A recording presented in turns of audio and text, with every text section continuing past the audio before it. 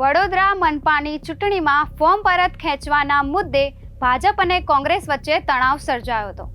Ward number 2ના કોંગ્રેસના ઉમેદવાર ભૂમિ Prajapati form પરત ખેંચવા મામલતદાર કચેરી પહોંચતા હોબાળો સર્જાયો હતો। આ દરમિયાન કોંગ્રેસના ઉમેદવાર અને પોલીસ વચ્ચે ઘર્ષણ પણ થયું હતું। ચાલો જોઈએ સંપૂર્ણ વિગતો આ અહેવાલમાં। વડોદરા મનપાના વોર્ડ નંબર 11 બાદ હવે વોર્ડ નંબર 2માં બબાલ થઈ છે। કોંગ્રેસના ઉમેદવાર ભૂમિ પ્રજાપતિ ફોર્મ ખેંચવા પહોંચ્યા ત્યારે મામલતદાર કચેરીમાં હોબાળો થયો હતો।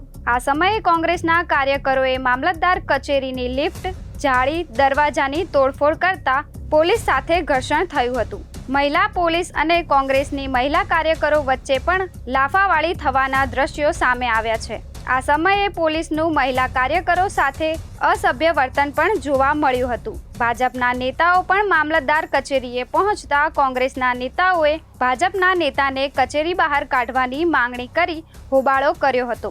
તેથી પોલીસ અને કોંગ્રેસ કાર્યકરો વચ્ચે લાફાવાળી, ખેંચતાણ તેમજ ટીંગાટોળી થઈ હતી। મામલતદાર કચેરી કેમ્પસમાં પરિસ્થિતિ વિકટ બનતા પોલીસના ઉચ્ચ અધિકારીઓએ ઘટના સ્થળે પહોંચી મામલો થાળે પાડ્યો હતો।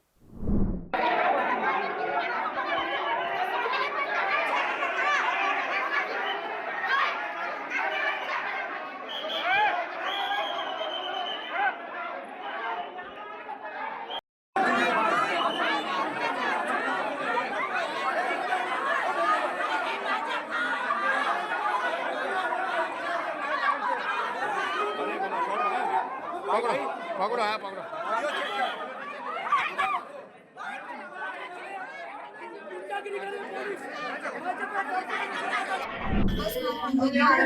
મારા અંગત કારણોસર મેં ફોન પાછો કર્યો। કોઈએ તમને કોઈના દબાણ કે એવું કશું છે જ નહીં।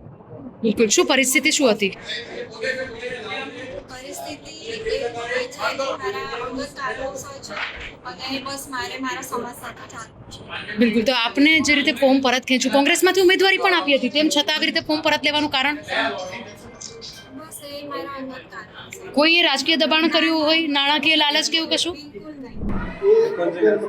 માઇક એટલું બધું નથી શું થયું જે ડેમોક્રેટિક સોસાયટી છે એમાં એકબીજાના જે પોઈન્ટ ઓફ વ્યૂ હોય એકબીજા એનું એક્સપ્રેસ કરતા હોય ડેમોક્રેટિક એક્સપ્રેશન હશે મારું માનવું છે।